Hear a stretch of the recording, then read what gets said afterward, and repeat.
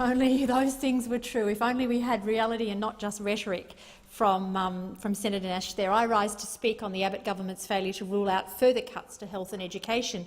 And it's worth emphasising right here, we're talking here in this debate about further cuts. We're not even talking about the $80 billion cuts already proposed to take effect over the next 10 years. But this government will not rule out even deeper cuts. How many more billions can we expect to see ripped out of our schools and hospitals in this government's desperate attempt to steady their sinking policy ship? Of course, the rule-in, rule-out game is a scourge of modern politics, but this was a door that the coalition chose to open and walk through voluntarily themselves when yesterday they announced no further cuts to the foreign aid budget. But what further cuts will there be?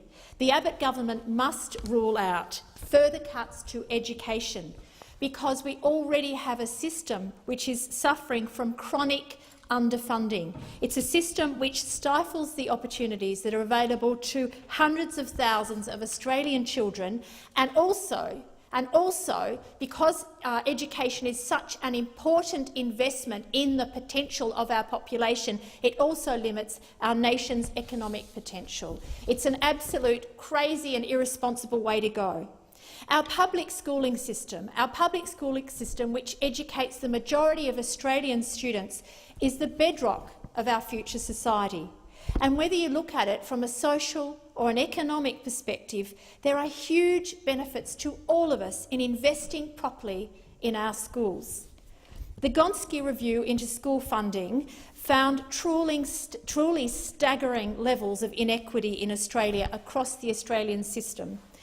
They found disadvantaged children lagged years behind their peers. It's a scandal in a wealthy country like Australia, and this wasn't because of a lack of intelligence, but it was because of a lack of opportunity.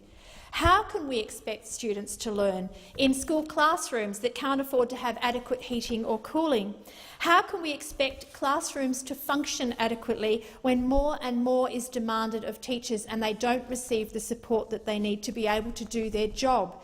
How can we expect literacy and numeracy rates to rise when a student's chance in life is more likely to be defined in Australia by their socio-economic status than their ability or their dedication?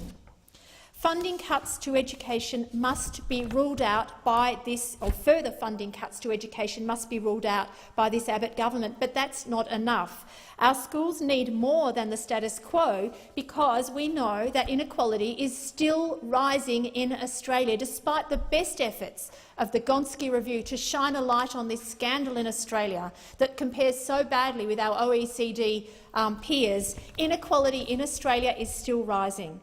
This government has broken a string of election promises, and it did so when it announced not only that it would not fully implement the Gonski school funding reforms, but as well as that it would make drastic cuts to education generally. Sucking billions of dollars out of our school funding system now, our school education system now, will actually cost us trillions in terms of lost productivity and social costs down the track. Just yesterday, I met with families of disabled children who are here to plead with the Education Minister to keep his promise to introduce a needs-based disability loading in the upcoming federal budget. It's appalling that parents have to come to plead for an education for their kids. They were begging for a decent education for their children, just as any of us would expect, and that's a crying shame in the Australia of today.